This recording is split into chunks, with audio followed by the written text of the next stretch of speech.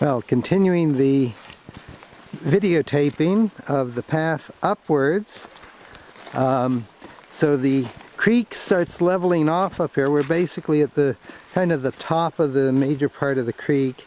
We've got the creek down there, as you can see, and the path continues along this way, gets into a lovely little valley, nice and cool. It was really nice working back here when we were building the power channel and doing all the pipe laying,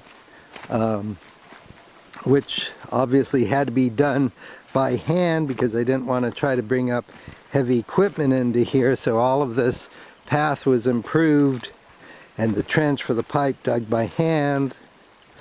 But it was so nice coming up here where it's all shaded and calm and cool, and down by the house it would be all hot. So it was quite nice, and in some ways poor wife had to be down there, except she probably didn't really want to be digging a trench while we were up here in the cool area digging a trench, hauling rock, hauling 80-pound bags of mortar. Well, who had the most fun? Anyway, you can see the creek goes along here, and it gets quite high during the winter, and you can see now during the summer it's quite low. It is a year-round creek, though it will, probably within a week or two, the flow of water will be too low to run the hydro system, and we'll turn it off. Down here, this is the very first bit of pipe that you actually can see. When you first start, the pipe line ends up inside the creek flow area, and you want to get it out of the creek flow as quickly as possible. But as you can see, it takes a fair amount of time, or distance, in our case at least, because it is a low slope on the creek, and so the pipe is, just you can see it here, I painted it to try to hide it so it's not too obtrusive, just because Beck, who wants a bright red or some very obtrusive pipeline out in this lovely area. You've got the picture of the hydro intake down here showing some of the piping. The top one is the outflow pipe.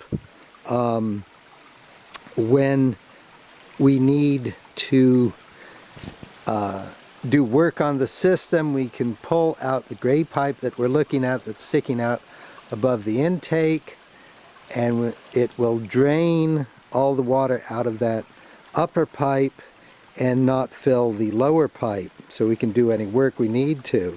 And the lower pipe heads on down the creek towards the house. And then over here, there's the intake again. Some things we found as a problem with the intake is that it doesn't absorb water tremendously. It's great. It doesn't allow for a lot of clogging.